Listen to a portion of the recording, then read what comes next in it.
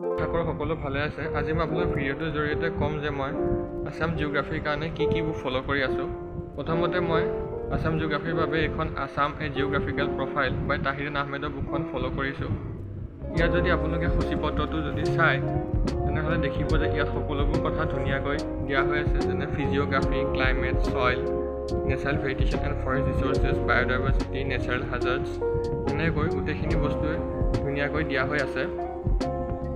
আৰু ইয়াৰ পৰা মই পঢ়ি পেলাই যিবোৰ ইম্পৰ্টেণ্ট পইণ্টছ পাইছোঁ সেইবোৰ এনেকৈ আণ্ডাৰলাইন কৰি ৰাখিছোঁ যাতে ৰিভিজন কৰাত সুবিধা হয়।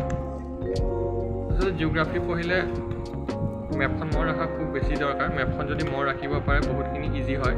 আৰু ইয়াতো এনেকৈ মেপখন দিয়া হৈ আছে মনত ৰখাত সুবিধাৰ বাবে। আৰু ইয়াতে এনেকৈ সকলোবোৰ কথা ধুনীয়াকৈ এক্সপ্লেইন কৰা হৈ আছে। এনেকৈ মই বস্তুবোৰ পইণ্ট আউট কৰি ৰাখিছোঁ। আৰু এনেকৈ বহুখিনি বস্তু মই বহীটো নিজে লিখি ৰাখিছোঁ, আপোনালোকে চাব পাৰে। আৰু দ্বিতীয়তে মই শৈলেন বৈশ্য ছাৰৰ এখন আছাম জেনেৰেল নলেজ বুকখন ফ'ল' কৰি আছোঁ। আৰু ইয়াতে যদি আপোনালোকে চেপ্টাৰ 3টো চায় তেনেহ'লে জিঅ'গ্ৰাফি অফ আছাম বুলি দিয়া হৈ আছে। আৰু ইয়াত সকলোবোৰ কথা ধুনীয়াকৈ লিখা হৈ আছে।